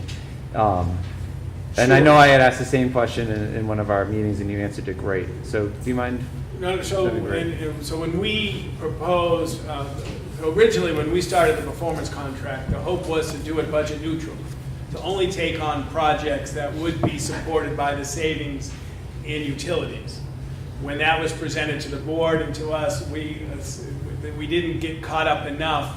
We couldn't take care of our 30-plus year, 20-plus years boilers. So then we said, well, we typically invest $75,000 in our maintenance trust of the year. If we kept the payment there and took it out of maintenance and in, that would be budget neutral. So the revenue out of unreserved fund balance would go, and that wouldn't add to the tax burden, specifically by adding to it. So the board made a decision that we would continue our unreserved fund balance surplus into the maintenance trust and take the payment out. So it was a way to get $2.4 million worth of maintenance done for our traditional contribution, and then withdrawal, we would stay even. And the board felt because of the tax pressure, that was the most economical way to get almost $2.4 million worth of work done. It was a fine, and it was all done at a hearing, and it was all done with the community, but they thought that was the best way to do it. So it's really, it came out of surplus, and it was going in, and it came out to pay, so it was an additional tax burden. Thank you. Okay, thank you. The Hopkinton budget, the calendar, next week is a week from yesterday, which is the 16th. As Jim said, that next week it will be more questions in our homework. The 23rd, we would like to position ourselves with the Budget Committee to anticipate presenting the Hopkinton Educational Support Staff tentatively agreed upon contract, just to position ourselves for that meeting. It has not been ratified by either party, but we want to hold that meeting for that topic to make sure we have that. And any other questions that arise from the 16th, we'll go to the 23rd. The 30th, we serve at the pleasure. If there's another one on the 30th, that might, so the bond, if the board decides to put forward a bond hearing, the bond hearing is the 24th. A meeting would be the 24th if board's available, and that means that we would like to secure the 30th for a presentation to the Budget Committee for of what the board, after the bond hearing, would present to the Budget Committee on the 30th. So 23rd, 16th, homework, programmatic budget questions. 23rd, Budget Committee, Hess contract, homework questions. 30th, bond, any bond being brought to the community, homework questions. February 6th, public hearing. deliberations for the Hopkinton Budget Committee. They weigh in. If board post-public hearing meets and affirms or addresses feedback of the vote of the Budget Committee to send to the annual meeting and send to the town report. Which that will have to be probably pretty quick, because I know that the dates are kind of moved up a little bit, give or take, because of the printer that the town uses. And I just want to put that in the queue. We'll have future information on that, but It works perfectly, Janet, if you can make sure there's no snow on the 6th. It works perfectly because the next day, the 7th, the Hopkins School Board has a meeting and you can finalize the warrant. So if you can make that happen, we'd be well, we great. can't finalize it because of petition warrant articles. But Right, anyways, but what changes the calendar is if there's petition warrant articles. If there's no petition warrant articles, our date for petition warrant articles is February 7th. Right? I'm pretty sure. That's the last day. Friday. So I think Oh, that's it's the February 8th, sorry. So that's the schedule. And there's some other events. Don't forget, senior lunch #1, January 30th. Shepherd's Pie. Anybody coming? Anybody gonna be in town? Are you going to be here? I might be here. Yeah, I'm out of town too. So that's the budget committee calendar. And then for the FY20 budget and any facility bond, we typically, Jim, if you can book March 6th to present to the Rotary the budget, that's a dry run. Which day? Wednesday, March 6th. And then we go to Slusser for Slusser, March 6th. We also present, that's ham. If those are keeping score, that menu will be ham. That's better than shepherd's pie. Ooh, that hurts. Well, And then Bill will reach out to PTA and see if there's a meeting that PTA would like either you, me, or any combination permutation thereof to come and talk. But those Wednesdays? That's the problem. for Yeah, and we're some busy pretty budget committee. We can next reschedule week. it. Yeah. So that's your calendar. Great, thank you. And then, want to keep going? Or Jim, how wanna you doing stop? down there? I'm okay. I mean, I can make a recommendation whenever, Steve, you're ready or you're done. Why don't we finish? Yeah. Since we're here, finish up what we've got, and then we'll swing back and finish it up before we go to action items, or to public comment. So there's section 3 personnel, there's 2 personnel items, 1, and there has been a request by Mr. Bill Carosa to participate in the early retirement program. I've been assured that this is procedural, we keep options open, but it is part of the procedure to give him options until spring, where he would have to notify the board. And then letter B is the contract. We offered early retirement to Laura Robertson, and she has until March 1st, and she indicated in writing that she is withdrawing that request. That is not an action item of the board. The previous early retirement requires an action item of the board to grant, and then that would make Mr. Carosa have just flexibility. It is not mandatory. You access this choice, but it does give options open. And those are my only 2 personnel tonight. And those both our dates are contractually given. Great, thank you very much. Before we go to our second section of public comment, Jim, let's swing back down to you to wrap up the bond hearing options. Sure. So I guess I did quick math on my broken screen calculator, but I guess I would recommend a second option of pretty much reducing the deferred maintenance by about $2 million, which would give a total bond of $7,796,692, and I got there by just going through the deferred maintenance items, keeping what I think are the big ones on there. So the much larger items, which would include the roofing, the air handler units, the elevator at Harold Martin, the windows, the ADA toilet rooms at Maple Street, some of the damaged non-functioning doors at the high school. Anyway, I created a list, but it was right around $2 million total. So So that'd be a recommendation. I can create the list so we can have, again, for the hearing, have a formal Perfect. list of what we're putting together. Thank you for that, I appreciate it. So Jim, can you just give me again what your recommendation is? Yeah, sure. So it would be the same as the first one, except for the item for deferred maintenance would be 2.111402. Okay, And so that would be a total of $7,796,692. It's just a reduction of $2 million from So deferred maintenance. can we- And basic safety and security, do you take some basic safety and security as well? It was wrapped up in all that.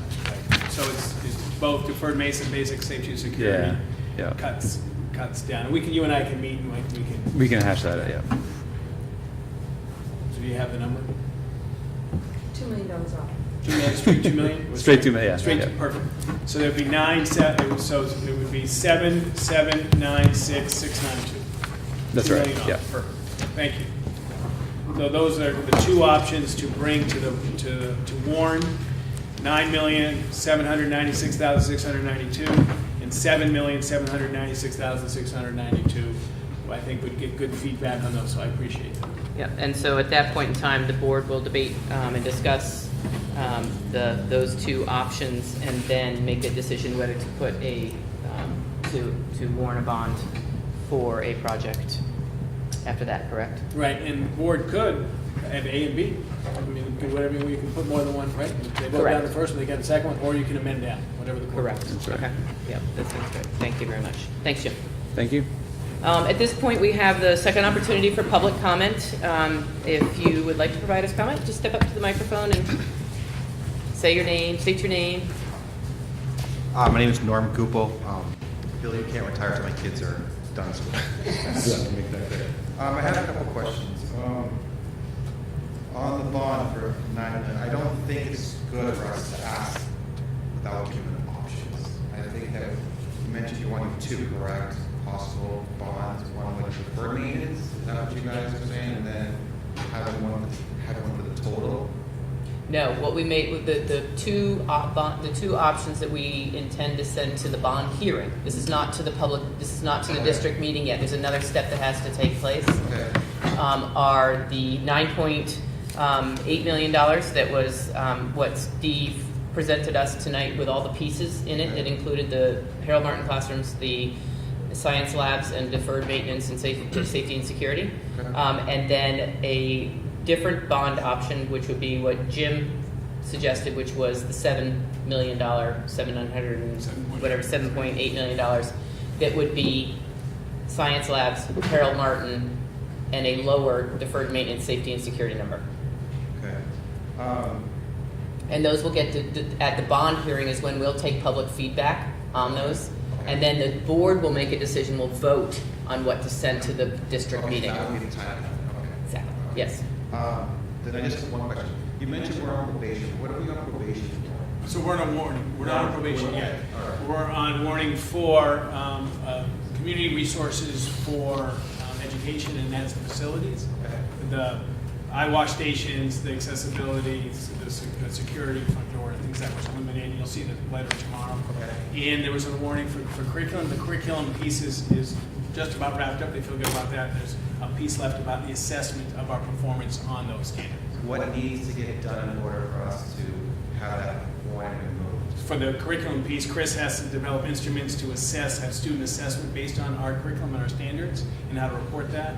And for facilities, we have to make progress on, substantive progress on most of those items. I don't know about all, but certainly substantive progress on the items that were listed earlier. In the deferred maintenance part, or just in some? Part of there is to make sure that we have a strong deferred maintenance plan to do that. I Okay, think we've done that. So that could give the public an option to say, okay, we really want to make sure that the public stays accredited because it's important that they have the opportunity to say, okay, we want to go down this path with that, so, okay. I did like Jim's comment about that we can take some money that we have set aside instead of having to bond it out. I like that idea that, take a little bit here and there and do that. I see your point about, I think your point was the bond for 20 years, it's over 20 years as opposed to us having it up front because some of us just can't handle that increase right off the bat. So a lot of people are moving to Hopkinton for the next 20 years, you know, they have to come and adjust to what we're having for a tax bracket as opposed to the people who just, boom, you know, getting hit with it right off the bat. The bond might be the way to go, but once we get to the hearing, I'm sure a lot of people will speak about that. So, Thank you. thank you guys so much. Thank you.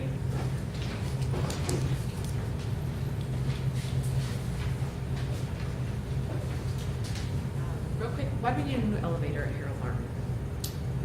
The one we have right now, I actually looked up tonight, what would you call that? But it's an open elevator, like a, almost the left. Lula, limited use, limited access. And it really isn't appropriate. It's for wheelchair access. It's, Jay, you could probably say more about that. It's just not appropriate. The best solution's an elevator. There's not too much you can do with those other than a wheelchair, so if there's any material that needs to be moved, it should really not be moved on that. But we have 2 entrances here, so should we need to move material at that school? Perhaps, I don't know. Okay. Again, a replacement Lula is probably 30 or 40K. There is, obviously, the elevator cost is quite a bit more. It's almost $200,000. So there's a big difference in price there. The problem is the preschool is, as you know, the building's a little bizarre. The preschool's on one level, and then the second floor is on a different level, and there's no way to get there. The regular So elevator. it's because of the preschool. That's the, right, exactly. Okay. Bringing a bond this year, in my mind, ties our hands for the next 5 to 10 years, and we still have to address the atrocious elevator at the high school. So that I second Jim's point about phase 2. I take caution saying, well, we're going to do this next time. So I'm very saddened that the $1.3 million elevator renovation hasn't found a way to try and incorporate that into this, because I'm afraid that it's going to get lost in the future. That being said, we need to include as little deferred maintenance into this bond as possible, because it's unfair to saddle future taxpayers with the mismanagement of the last 10 years. They deserve to benefit from the science buildings, science labs that are going to be built, but spreading it out over the next 10 years, what we should have paid for before, I don't think is right. And again, it will tie our hands and make us less able to get the elevator and other things that we do need in the future. Steve did note a few different deferred maintenance items that were a priority, and so I must be reading Jim's book tonight, because I added them up myself. The re-roofing, the fire alarms, et cetera, and I reduced just the deferred maintenance by 1.1 million. And then I went through, including throughout the elevator, of the other areas, the safety and security, and I reduced that by another $1 million. So I actually came up with a very close number to what he did, and I think that if we can find a way to reallocate some of the $20 million budget of this year and recoup some of the $500,000 loss from the expiring bond from last year, and devote that to the maintenance trust where it should be, where it should have been, we're setting ourselves up for the future. So I implore the board to look at a way to pull some more out. And I'm sorry if it's at the cost of academics, but I think thankfully our academics are in a great spot, and I don't want the building to fall in around our academics. So I referenced your CIP, which was lovely, but it definitely showed that based on the value of our buildings, we need to be saving more in maintenance, far more than $100,000. 300 to 500,000, something like that. We need to carve out more. Thank you. Thank you. Thank you.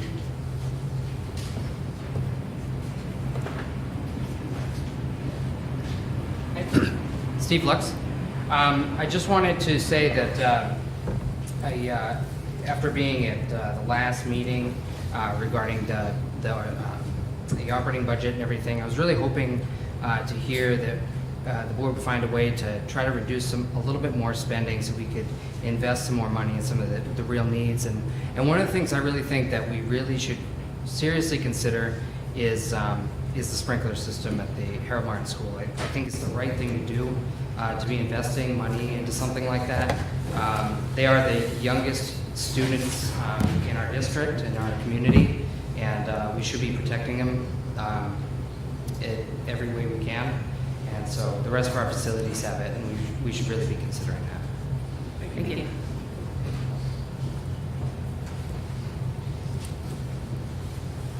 To get off money and budgets for a minute, I'm Janet Kazaniak. I don't know if the volume was turned up in here tonight compared to last week, but I can hear from then. I don't know if the noise level was lower, but I could hear everything that each one of you talked about. So last week was horrible. And I had to strain, and then half the time I couldn't hear. So thank you. Thanks, Jen. You sure you're sitting in the same seat? I think she sat closer to the speaker. I'm just teasing. Janet probably turned up her hearing aid. One question on on the high school is the elevator access to the classroom. That's got to be a partial fix. Can you describe what you're going to do there, a petition or whatever, just to keep them from going literally into the classroom? So you know what it's under basic accessibility. It is $48,000. $48,000 per classroom. At the high school, Yeah, it's on the last page. It's just a very little piece. And number one at the top of the bottom section.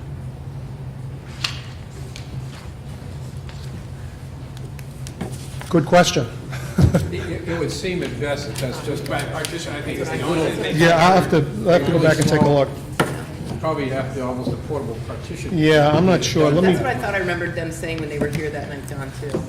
It's not comprehensive, but it's a patch. Because I agree, one of the items that I think, I certainly would love to see in this project, whatever we do, is to try to solve that problem, getting out of the classroom, getting rid of the 3 or 4 steps between 4 and 5 elevation, and also get the hallway down to the auditorium. And, Right. I talked to Jay about this, but I know it's a tough thing, you have a name will probably get the numbers peeled out, but it's still a significant item.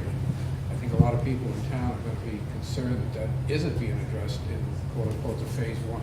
The second item I think I'd like to ask is, when you present the bond numbers, please include the interest payment over the 20 years. So that's always a startling number that, really makes you evaluate whether you should do it over 20 or we should do it over 10, or what would, put more into the maintenance so we can cash it out now. While you spread out the cost, it's still a huge cost. Thank you. Payment and tax impact of the payment. Thank you, thanks. Hi, I'm Sarah Matson-Justin, and thank you to all of you for the enormous amount of work that has gotten us as far as we are tonight.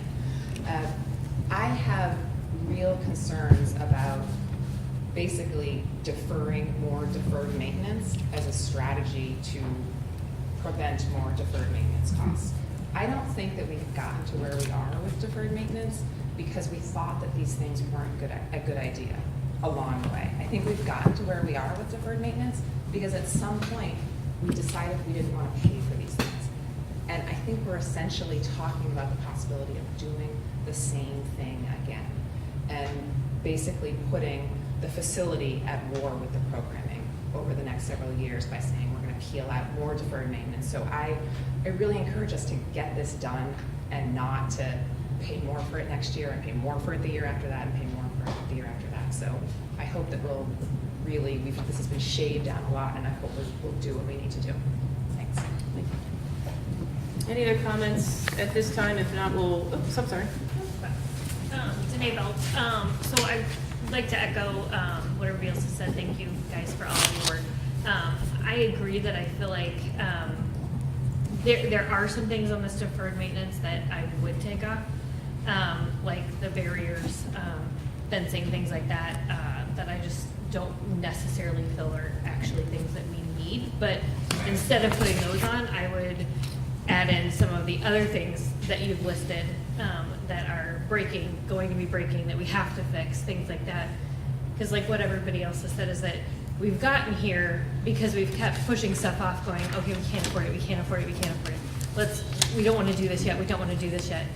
We're going to continue to be in this position of, well, what are we going to do, what are we going to do, what are we going to do, until we go, okay, we need to catch up at some point. And that stinks when everything in your house goes bad at the same time. But if you just put patch jobs on everything for a long time, at some point, it's really gonna cause a problem, and then we're gonna lose a whole building because it's not gonna be feasible. So I would rather see work on, yes, putting it in there, or giving different options. I like having the different options of, putting the roofs and stuff in a budget and giving the taxpayers an option to put more into maintenance. And yeah, we need to fix these things. But I also do feel like when people are asking a question about, well, what is this? And everybody's like, but I don't really know what that barrier is. I do have a problem with that is, well, you're wanting this much money for it, but you can't tell me exactly what it is you were planning on doing with that. So I do think that each item on there needs to be explained of, okay, well, this is what it is. Here's a picture of what it is, and this is why we want to do it, and the impact that it makes for our students, because it does. And I do think that obviously our classrooms need it, our schools need it, we need the additions, we need the help. And as a taxpayer, I don't want to pay a lot, but I do feel like it needs to get done. So Thank you.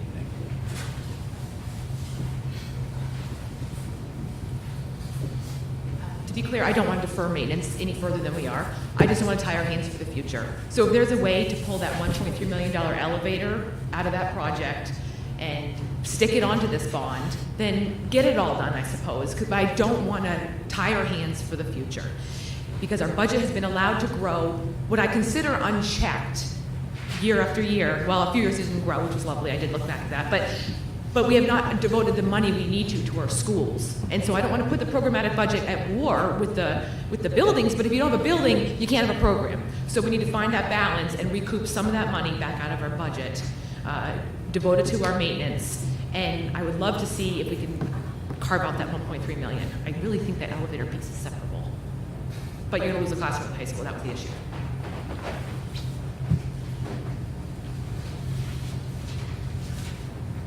I'll be a little quick. The deferred maintenance, the replacing of the carpeting, is that replacing over the tiles that are already on the floors that I've heard have asbestos in them, and that we just put the carpet over to cover the tiles, or has the mediation already taken place for the asbestos tiles? I think it's. So we have inspections done on a regular basis. Our asbestos is encapsulated, so we're not harming anybody. But if you lift up those carpets? We've lifted up some of them and we've not had a problem. The carpet was there not to put over the asbestos that my knowledge is. I mean, this is all carpet that's been here for years before I was in here. Right. So what we would be looking at, though, is not necessarily carpeting, because I don't believe that's in our best interest because of allergens and other components. I believe, actually, I know it says that, but we're not going to necessarily do carpeting. That's a question that we're going to have in the, it's going to be that we're going to replace and do something about that flooring. But it might be that we're going to have VCT tile in certain areas. Okay, because when we came to one of the tours in this school, especially in the long hall, Right. they said that there was asbestos there. They couldn't remove the tile. They couldn't fix the carpets, because that's why they were taped down, was because there was asbestos in the tiles underneath it, and they couldn't remove the carpet because if they lifted it, and that really surprised me. That was 2 summers ago, I think, when I came to listen to that one.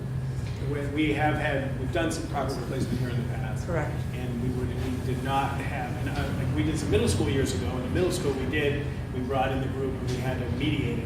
But here it hasn't been an issue. But if it does happen when we do it, then it is expensive. Yeah, I just don't want to open up a can of worms. We have floorings we have to replace. Right. To be transparent, and I think it's on the CIP document, we have 2 rooms in this building that are going to have to get replaced, if not February break, April break, because there's a safety, concern about them. So it would not be, again, it would not be carpeting necessarily. It would be replacing the issue. But again, things are so different now than years ago. School districts don't necessarily just do carpet. They do more of the VCT. I mean, you probably can answer that better. Well, allergy safe, yeah, hopefully. It's easier to. It's easier to maintain. Yeah, generally speaking, it's a balance. The carpet's easier to clean on a daily basis. The VCT is easier to clean on an annual basis. But you have to balance the cost versus the maintenance cost. So the installation versus the long-term maintenance. But I think everybody's getting away from carpet in schools for reasons I think everybody's probably. Yeah, I think 20 years too late. Yeah. Since I got 3 allergy children. And then the last thing, I noticed that on the new on the deferred maintenance list tonight, on the high school, under the exploring, you've added, that was not on the list, it was on an out list on the 3rd, was the service entrance with the restroom above, relocating the pipe to meet code for $70,000. Yes, we walked with Harriman and Siemens, we called them, and they believe that that's important at this point to keep it. And where would that go? And that's over at the high school. Right, but where, is that gonna somehow match with the new elevator that, Oh, that's some piping and some things near the boiler area. okay. Yeah, no, I'm glad you did, because we did follow up on it. Thank you. Thank you. If we're all set with public comment, we'll move on to our action items.